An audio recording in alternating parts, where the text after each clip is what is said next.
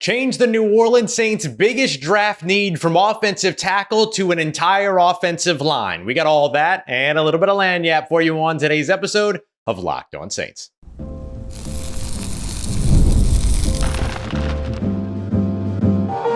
You are Locked On Saints, your daily New Orleans Saints podcast. Part of the Locked On Podcast Network, your team every day.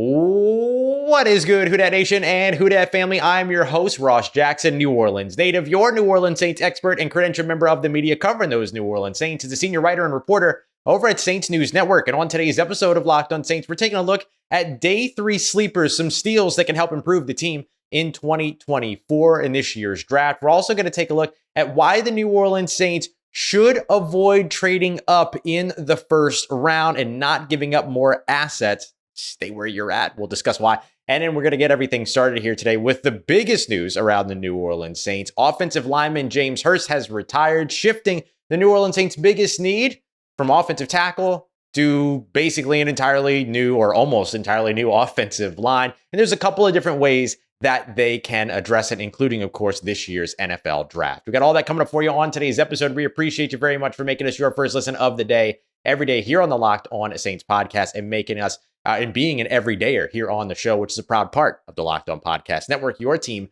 every day. And today's episode is brought to you by friends at Monopoly Go. I admit it, I've got a competitive side, and that competitive side absolutely loves Monopoly Go, the mobile hit twist to the classic Monopoly. So join your friends and download Monopoly Go for free on the App Store or Google Play. So James Hurst, New Orleans Saints starting left guard from last year, has officially announced his retirement on Instagram. There's a good chance that the New Orleans Saints knew about this going in. Earlier this offseason, he took a pay reduction from $3 million all the way down to vet minimum of $1.21 million and disbanded some of the bonuses that were set to be in his contract going into 2024 as well, which was looked at as a cap saving measure for the New Orleans Saints. But if you look at Patrick Robinson years ago, you look at Malcolm Jenkins years ago, you look at Drew Brees years ago, the reduction of salary to help save the team money before announcing retirement has always sort of been the process for New Orleans. So they could have known that this was on the way, but no matter what, left guard was going to be a need, right? James Hurst was going to be good depth for you, but I don't think that they were completely settled in on him at left guard. So even though this happened, it still doesn't shake the New Orleans Saints any more than they already knew that they needed offensive line help. The big thing, though, is that they lose some of the middle of their roster. They lose depth. So not only now do you need to make sure that you find the starter at left guard, which was always kind of going to be the case, but now you don't have that sixth offensive lineman in James Hurst that can move all around and play a bunch of different positions. And there's a lot of ways for the New Orleans Saints to address this. Let's talk about some of those ways. So the first of which, of course, is the New Orleans Saints, addressing the interior offensive line in this year's draft. So you could do that. Maybe now all of a sudden a Troy Fautanu does become a possibility in the first round because he can play tackle, he can play guard. If he doesn't work out at tackle, you can then draft another tackle in the second round, or you can draft an offensive lineman on the interior in the second round as well. So how would you feel about a Olu Fashanu or a Taliese Fuaga in the first round at 14 and then trading up into the 30s in the second round in order to go and grab a Jackson Powers Johnson or a Zach Frazier out of West Virginia, these guys that play on the interior and are very versatile, right? Looking into trading him to the third round or fourth round to grab Penn State offensive lineman on the interior, Hunter Norzad, who can also play anywhere on the offensive line and has a lot of athleticism. Now he's got to clear medically, and I think that's got to be the number one thing for that position. But now I think there's a good chance that first and second round, you might be seeing the New Orleans Saints go offensive line. And that doesn't necessarily mean offensive tackle, but you could go offensive tackle in the first round and then interior offensive line in the second round. We might end up having to do another mock draft here before the draft officially kicks off later on today. So there's a lot of different ways that the Saints can still address that position and find a starter, a quality starter in this year's draft. But the other thing you have to be aware of is that, like James Hurst announced his retirement, is there the possibility that Ryan Ramczyk announces his retirement? Are you looking for 3 guys here, depending upon how you feel about Trevor Penning? Again, this is another one of those things that backs up the idea that the Saints' best case scenario is Trevor Penning working out at left tackle. And so Taliese Fuaga, JC Latham out of Alabama, these guys that can play over at right tackle seem to be the ones that are ready. But if there's a gap between those two guys and Olu Fashanu, who could potentially also be on the board at 14, the Saints are not going to eschew best player available in order to address the bigger need on the opposite side of the offensive line, technically, when there's still question marks at left tackle, and you're not going to reach that far. And even Mickey Loomis told us this in his pre-draft presser on Tuesday, that they have a limited amount of picks that they'll drop down or spots, rankings, if you will, that they'll drop down to go and grab a need if there's a better player on the board. And so depending upon the gap between Fashanu and some of these others, it might make more sense to still go with Fashanu and then figure things out because you grab one of the best players in this year's draft. So we'll see how they address it, but there are still many, many ways for them to address their interior offensive line in the second round, trading up into the third or fourth round. They could also go to free agency still. I mean, Dalton Risner is still a free agent out there who has familiarity with Rick Dennison. He has familiarity with Clint Kubiak. Like, there's a lot there that ties those guys together. And a guy like Dalton Risner, who has already made several rosters under several different coaching staffs, and not just made rosters, but made starting lineups on several different coaching staffs, probably wants to make sure that where he goes, there's a spot for him. So I don't blame him for waiting until after the draft. And it's nice to be able to sign guys after the draft too and not have them count against your future compensatory pick formulas and all these other things. So Dalton Risner could still make sense.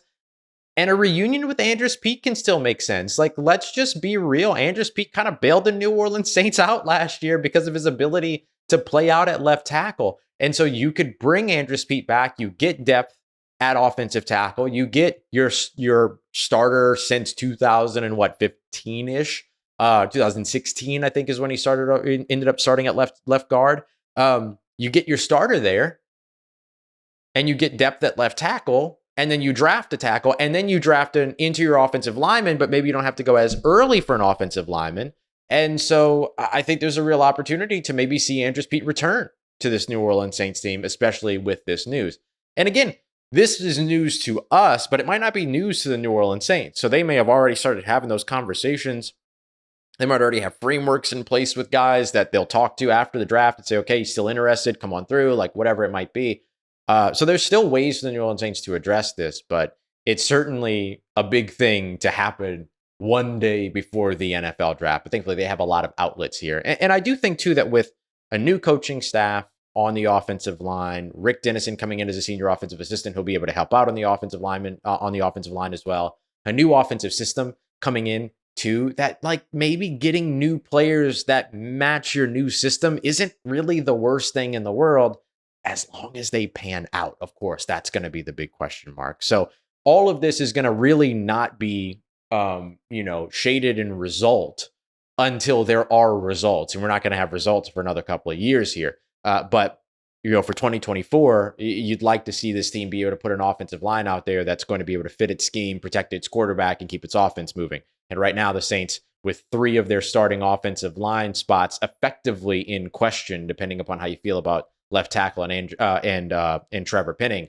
With that being the case, going into offensive line, I don't think there's any mystery of where the New Orleans Saints should be going early and as often as possible throughout this year's 2024 NFL draft. And speaking of that, the Saints shouldn't get desperate here. They should not get desperate. And I know it's going to be hard, especially looking at this situation that we just laid out, but the Saints need to not get desperate here, and they should avoid trading up in the first round. Let's discuss why. We got that coming up for you as we continue on with today's episode of Locked On Saints, part of Locked On Podcast Network, your team every day. This episode of Locked On Saints is brought to you by our friends at Monopoly Go. Now, look, I've got a competitive side, and I need your help when it comes to the competitive side of Monopoly Go. By the way, I need you to run over to Locked On Pelicans and tell Jake Madison to stop charging me out of the wazoo for all of his iconic properties. I don't care he's got more properties than me and that he's using his wrecking ball to knock everything down that I do build. It's fine, Jake. It's fine. But I need your help to go and let him know, stop it. Stop it. Get some help, Jake. I'm trying to get some help too with Monopoly Go. And I love Monopoly Go because we get to have fun interactions like this. You get to play some of those classic Monopoly boards that you love, including a New Orleans themed board and a bunch of crazy different locations, building amazing cities that bring you in big money, all that good stuff, even leaderboards as well, so you can see who the biggest Monopoly tycoon is. It's just endless amounts of fun. You can find it on the App Store and Google Play, and you really, really should go and check this out because it is a ton of fun, bringing you and your family and your friends both into a competitive spirit, but closer together as well. So get into the game and join your friends at Monopoly Go today, now free on the App Store and Google Play. Today's episode of Locked on Saints also brought to you by our great friends over at FanDuel, America's #1 sports book. And right now you can get in on not only the NBA playoffs, the MLB season's in full swing, and a bunch more. You can also get in on NFL draft props. And right now, if you're looking for a heavy favorite to get some surefire money on, New Orleans Saints' first position drafted is heavily favored to be offensive line, which makes a ton of sense, especially after today's news. So head over and check them out. And especially right now, if you're a new customer, you're going to get $150 in bonus bets guaranteed. Yeah, I said it. $150 in bonus bets. Win or lose, it's coming your way. You can bet on everything from the slap shots on the ice to the home runs on the field, the slam dunks on the hardwood, all on one app that is safe, secure, and super easy to use. So what are you waiting for? Head over to FanDuel.com/lockedon today and make your first bet an automatic win. FanDuel, America's #1 sportsbook.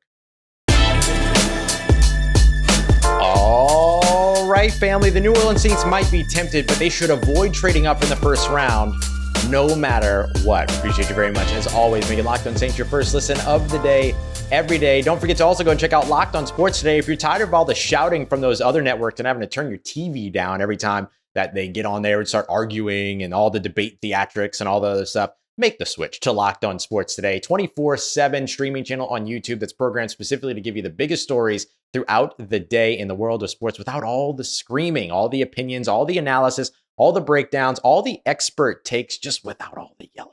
Make sure you're going to check out Locked on Sports today on YouTube or on the free Amazon Fire TV channels app, part of Locked on Podcast Network, your team every day. So the New Orleans Saints are clearly in need for offensive line help. And I don't know if you saw it or not, but one of the leading draft experts out there, Daniel Jeremiah from NFL Network, NFL.com, mentioned that a lot of his conversations over the course of the conversations that he had over the course of the day before the NFL draft were all about, apparently he's hearing a lot about teams trading up for offensive tackles, that everybody's interested in trading up for offensive tackles. Now, if this is taken to be true, this could cause a lot of issues for the New Orleans Saints, right? I mean, there's a chance that guys that, certain teams could trade back in order to grab, prospects and grab more picks while other teams are moving up to grab some of the offensive line prospects that the New Orleans Saints are targeting at 14. Now, what we have to keep in mind is there's 32 selections in the first round. So those trade ups could be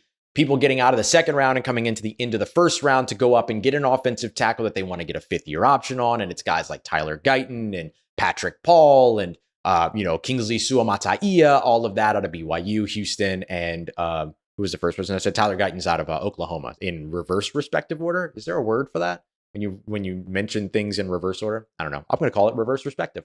That sounds cool. But that's what it could mean. It could mean nothing for the New Orleans Saints at 14, but it could also present a little bit of a challenge. Could also be a smokescreen, right? Oh, look at all the teams that are interested. Look at us over here at picks 10, 11, 12, and 13. Oh, everybody wants to trade up with us to get a tackle. Uh-oh, looks like you're going to have to overpay. Call us. You know what I mean? Like, it could be that too, right? Smoke screens. You know how it goes. It's lion season. We know how it all goes. So for those many reasons, I don't think that the New Orleans Saints should get freaked out and get ready to trade up. Now, the good news is that if they do end up in a situation to where they hear, and, look, all the general managers are going to talk to one another. They're not going to give away their trade secrets here, but they are going to discuss, like, who is interested in moving up, who's looking to move around, all these other things. They're going to know that about one another. There's going to be intel shared about what team wants what and whom and all these other things. And so if the Saints get an inkling that they are going to need to move up to make sure that they get one of the better prospects, whether it's Taliese Fuaga out of Oregon State to help them out at the right side of their line, or it's Olu Fashanu on the left side of the line to help them out, or it's Troy Fautanu who can help them out at all three spots, whichever spot is necessary. JC Latham as well. Like, there's a lot of opportunity there. If they end up in that situation, the good news is that they have good relationships with the four teams that select in front of them. The New York Jets and the New Orleans Saints have trade history all the way back to Jonathan Vilma, Teddy Bridgewater, and others. You've also got, guys that have left that organization and have come to sign with the New Orleans Saints, and vice versa. Thinking like Justin Hardy, going to New York. thinking Marcus May coming to New Orleans, all that kind of stuff. So there's a little bit of like trade history and just shareable history between the two. There's also picking at 11, at least currently picking at 11 is the right now the Minnesota Vikings, who the Saints have draft day history trading with. Remember, they traded their entire day 3 years ago in order to move up to grab Adam Troutman. The two of the three teams that are most likely to end up with 11 are, because the Minnesota Vikings might package 11 and 23 in order to move up to get a quarterback, could be the Arizona Cardinals, who the Saints have trade history with. You could think back, I think the most recent one was Adrian Peterson, right? 2017. I've heard that there were some preliminary conversations within the New Orleans Saints organization about whether or not they wanted to move for Isaiah Simmons. But that didn't come together, but that would have been with the Arizona Cardinals had they gone that route. So, there are little things like that could have potentially, that have transpired between the Saints and the Cardinals that kind of create that connectivity. If the Minnesota Vikings instead move with the New England Patriots, lots of connectivity there, of course. If they were to move with the Los Angeles Chargers, a little bit of connectivity there. Maybe that's past tense now with the hiring of Jim Harbaugh and all that other stuff. But there used to be, Saints staffers over there, Saints players over there, all this other stuff when Joe Lombardi was over there and all that. So there's a little bit of familiarity there, but maybe not as much. So whoever ends up at 11, with the exception of the Chargers, you feel like there's a pretty good relationship there. At 12, of course, is Denver Broncos. You got staff overlap, not just on the coaching staff, but also in the front office now with scouts heading over there and all that. At 13, the pick right ahead of you, you've got the opportunity to move up with the Las Vegas Raiders. You got a lot of staff overlap there too, and staff familiarity. So including, Dave Ziegler, who's now on your staff as an advisor right now over the course of the offseason. The Saints also, by the way, added former general manager Randy Mueller back to their staff as an advisor over the course of this offseason as well. So Saints really looking for a bunch of different perspectives, which I think is smart. So in any case, the Saints, if they needed to move up, and I think you only do that as a last resort because your guy is being targeted and that your entire draft hinges on that guy, or you feel that your entire draft hinges on that guy as a can't miss prospect, then maybe there's the opportunity to do that because you feel like if you don't, then somebody else will move up. And so you're doing it not because you're in love with the prospect, but because you don't want to miss out on the prospect because somebody else is looking at moving up, right? I still think that the Saints can get a good player at 14 without having to move up. When you have 4 quarterbacks that are coming off the board, when you've got 3 wide receivers that are coming off the board, you've got probably 2 cornerbacks that are coming off the board, you've got at least one other defensive player that's probably going to come off the board at edge rusher. That's 10 selections before you even get to talking about guys like Brock Bowers. Joe Alt's going to go off too. That's 12 selections. There should be in the right situation. The New Orleans Saints should be in the right situation at 14 to be able to get a couple of options at that spot without moving. So if I'm the New Orleans Saints, unless it is absolutely dire and you can see the run start, let's say Joe Alt goes off the board at 7 and then you end up seeing Olu Fashanu go off the board at 9, and then maybe you start to hear the whispers of Taliese Fuaga heading to the New York Jets, for instance. Sure, you got to move up at that point. But man, that's not the situation you want to be in. Like, you don't have the capital this year. You don't have a ton of capital next year.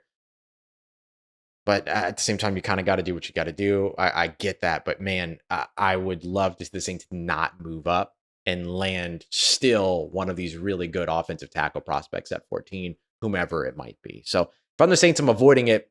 But I understand if it happens that it might be unavoidable. And that would be the only situation in which you can maybe make me feel good about it. Is if you're like, look, there was no choice. Okay, we wouldn't have done it if we didn't have to, but did it. Then it's like, okay, well, I guess I get it from like the team perspective. Easy for me on the outside to say, hey, don't do that. Coming up next, New Orleans Saints can get a couple of day 3 steals that can have big time impacts for them in 2024. That includes prospects on the offensive line, but also one of my favorite prospects in this entire draft on the defensive side of the football that could be a big time steal and a long-term starter for the New Orleans Saints at a sneaky need position in 2024. Got that coming up for you as we continue on and wrap up today's episode of Locked On Saints, part of Locked On Podcast Network, your team every day. Today's episode of Locked On Saints is brought to you by friends at LinkedIn. And hey, if the New Orleans Saints can't find an offensive lineman in the NFL draft, they might be able to find one on LinkedIn. They have millions of folks that utilize their platform all the time. And especially you, if you're a small business and looking to hire, man, LinkedIn's got to be the place to go. They're not just some random job board or just some basic job board. It helps you hire professionals like a professional that you're not going to be able to find anywhere else and that are going to be perfect for your role. In a given month, over 70% of LinkedIn users don't visit other leading job board sites. They just go to LinkedIn. That's the reliability of LinkedIn. 86% of small businesses report getting qualified candidates within 24 hours as well. And they're constantly finding ways to make the hiring process easier. They even just launched a new feature that helps you write job descriptions, making the process both easier and quicker. So post your job for free today at linkedin.com/lockedonnfl. That's linkedin.com/lockedonnfl to post your job for free. Terms and conditions apply.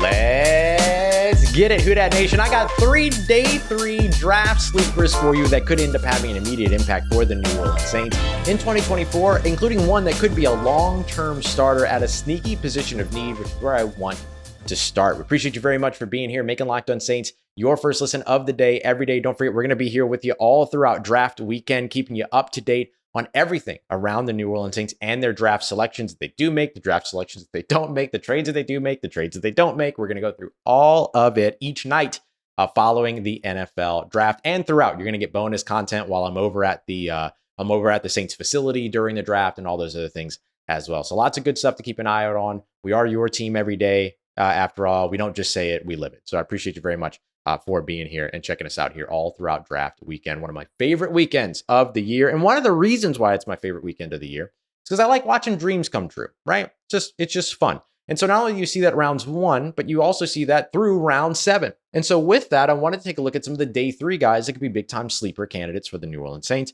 and have a big time impact for them.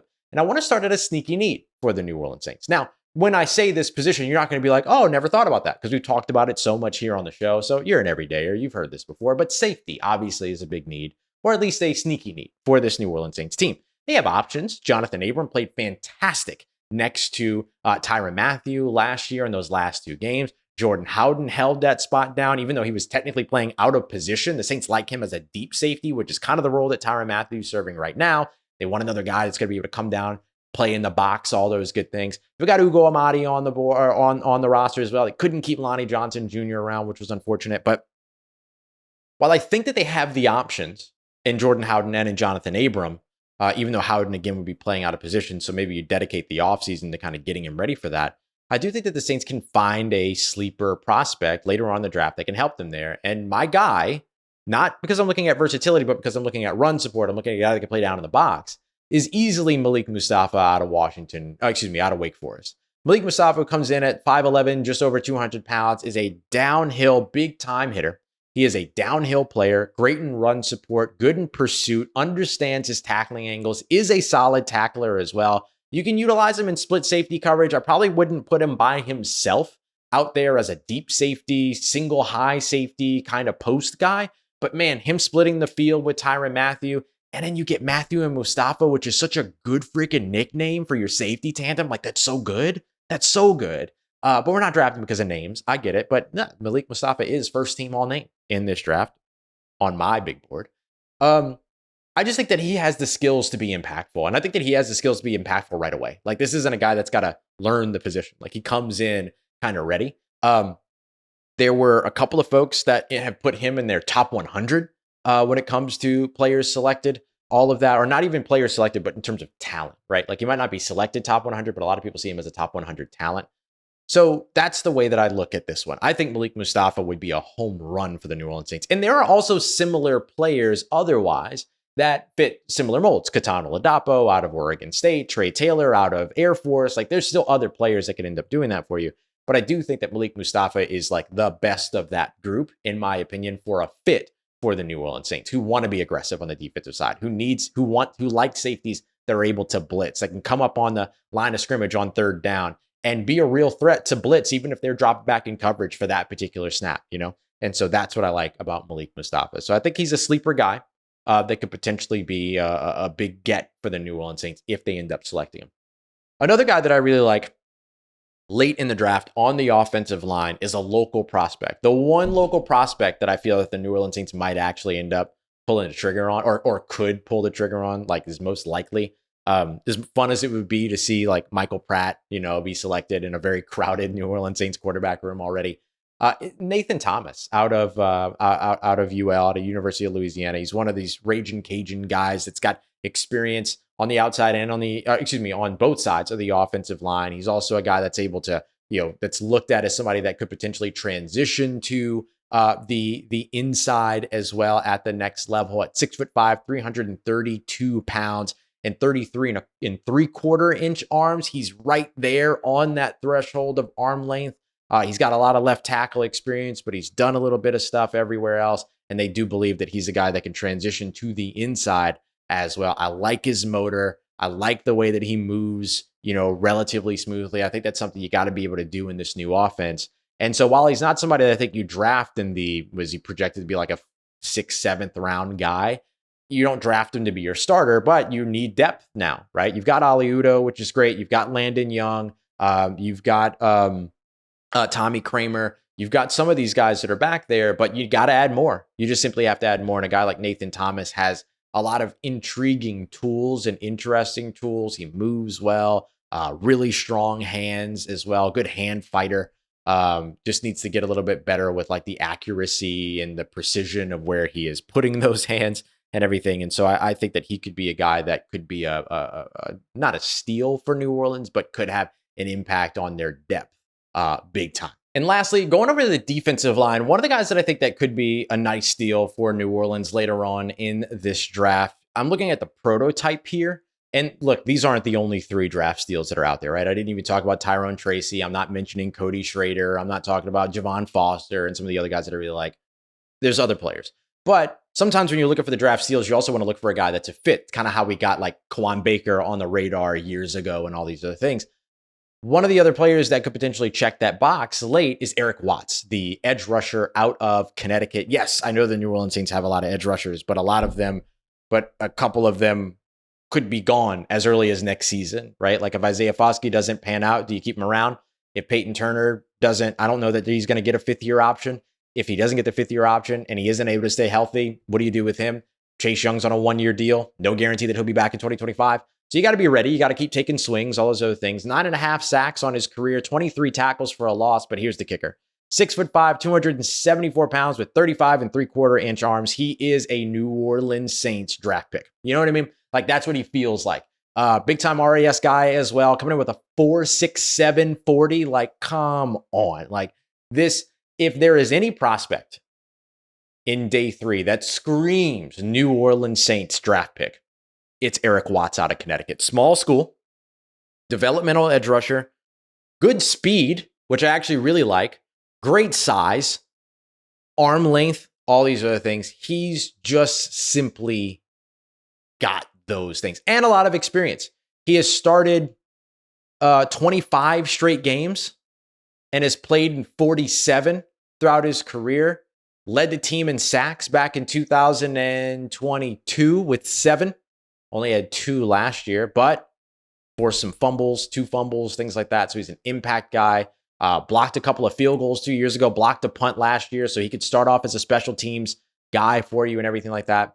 He's just one of those players to where, like, if he can put every one of those little bits and bobs together with fundamentals and technique and more pass rush moves and all that kind of stuff, like if he can learn from Cameron Jordan in a way that really moves the needle, could be pretty good. Could be a little bit of a steal. Maybe not a starter, but a rotational piece that can have an impact and a special teams contributor, 100%. So I do think that these are guys that could have impacts for the New Orleans Saints for the long run, and at least in the case of Malik Mustafa, as quickly as possible as well at the safety position. So those are a few of my draft sleepers. Let me know your draft sleepers, guys that you think could be drafted in day 3 and have an immediate impact. We appreciate you very much as always. Making Locked On Saints your first listen of the day every day. Make sure you go and check out Jake Madison over at Locked On Pelicans, as well as Caroline Fenton over at Locked On LSU for your second and third listens for the day. We appreciate you very much for making us a part of your day, a part of your routine, for saying yes to me on the show As always, if you see me, please say hi. And if you need anything else around your New Orleans Saints in between these episodes, make sure you follow me on your favorite social media at Ross Jackson, NOLA. Hit me up. Let me know how the family's doing. Let me know how you're living. Let me know how you're momming them. And trust Who Dat Nation, I'll holla at you.